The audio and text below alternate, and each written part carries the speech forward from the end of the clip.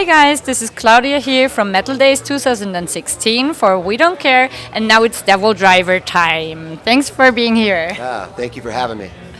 Well, we were just talking before the interview about you coming here, and you've done a lot of things here already. So you played here and you visited some people on the camping ground, right? Yeah, we got here last night and we had like 36 hours up, so we kind of had to stay up till 11 or 12 at night. And I went walking through the tents and had beers and talking to people, and it kind of trips them out, you know. They don't realize, you know. They're like, oh my God. It's like, let's calm down, let's have a beer. So, and went walking by the river. It's beautiful, man.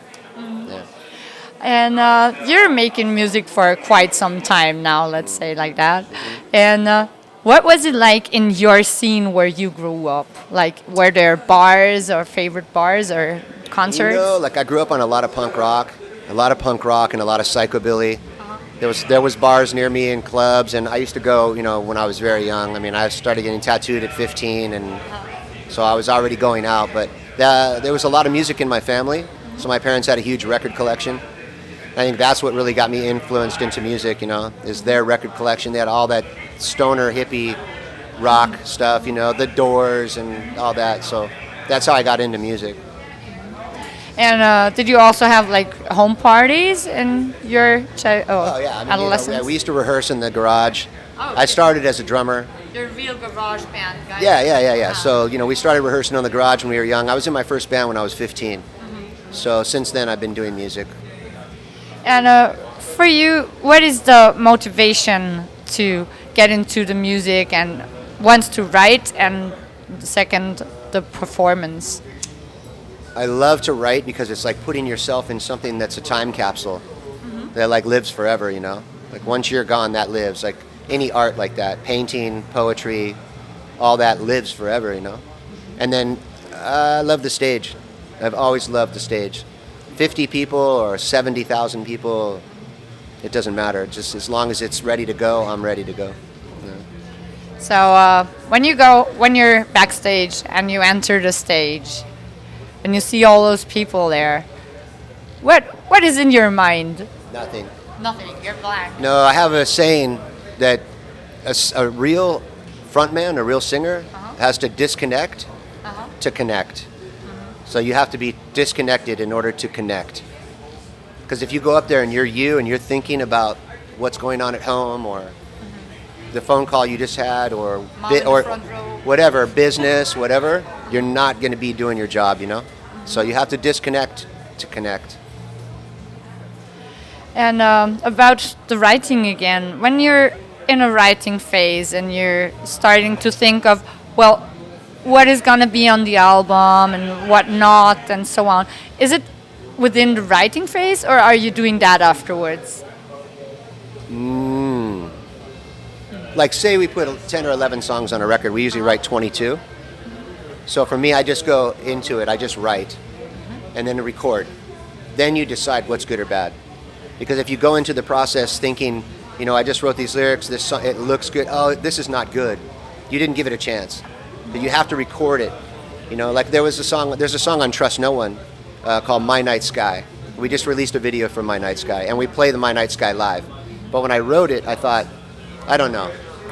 You know, I don't know if this is going to work, right? I don't know if this is Devil Driver. I don't know if this is going to work. But when we recorded it, the band, the producer, everybody's like, oh, this is the song. Okay.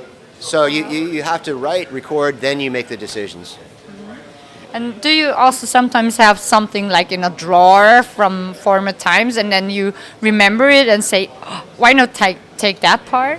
That's very difficult for me. Like at home I have about 35 books, big books, full of lyrics that I've never used. Because I write every day. I force myself every day to write. But until I get the music, that's hard to do. So I wait until I get the music most of the time now, you know. So will you release like a book of poetry then? It could be. My wife wants me to, because it would be about that thick, you know. It would be really cool. You know? Yeah, she wants me to do that, but it's a lot of it is so personal, you know, that I don't know. It's like I have to see, you know. Probably you do like a collection and you choose. Yeah, we'll see. I mean, it's difficult for me. Like I could be in the wrong job, you know, because I'm so private. I'm very private. So to let that out, I mean, to let it out with music behind it is one thing, but then to let just the words out alone is like, oh, it's so like It's very difficult, I think. You know. So you wouldn't really want to go for have a public reading, but rather do a book and people read it themselves. Yeah, yeah. If you do it. If I do it, yeah, if I do it. But my wife is saying I should do it for a very long time. Listen to her, you know. Yeah, I do. I listen to her about everything. So. It's a good idea then. Yeah, it is. Do the dishes, okay. Oh, okay. I'll do it. You cook dinner. What a good guy, yeah. So, with your bandmates, you know, it's sometimes you get a feeling it's like a family. Oh, yeah. And what is the family business like in your band? When it's not a family, you lose members. Meaning, if there's drama or problems within my camp, I'll make changes. So, for the first time in almost 12 years, I made some changes recently in the band. Now, this is just a pleasure to be around.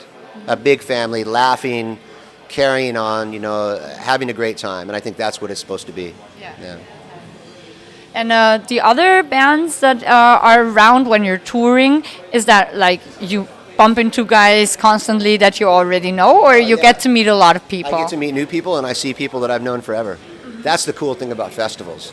You know, I'm a fan of music, so I get to get off stage and go watch bands. There's nothing better than that. Or like last night, walking around in the campground. You know, people wouldn't expect that. Yeah, no. So for me, though, I have to be in touch. I have to be. I'm come from a very blue-collar, working-class background, so I never let this go to my head. You know. Yeah. So I like to do that. You know. So you also jam backstage sometimes? Oh yeah. Yeah. What styles? I mean, we jam all sorts of shit. You know, if you come on my bus, you're going to hear everything from punk rock to outlaw country to fucking heavy metal, you know. So everything to blues. I mean, I listen to a lot of different music, you know. Yeah. So you're also having a good time, not just having all the business part, but also enjoying life. No, of course, no. You know, the business. You do the business, and then you put that out of your head, and you go be a musician. You know. Thank you so much for talking. Thank you.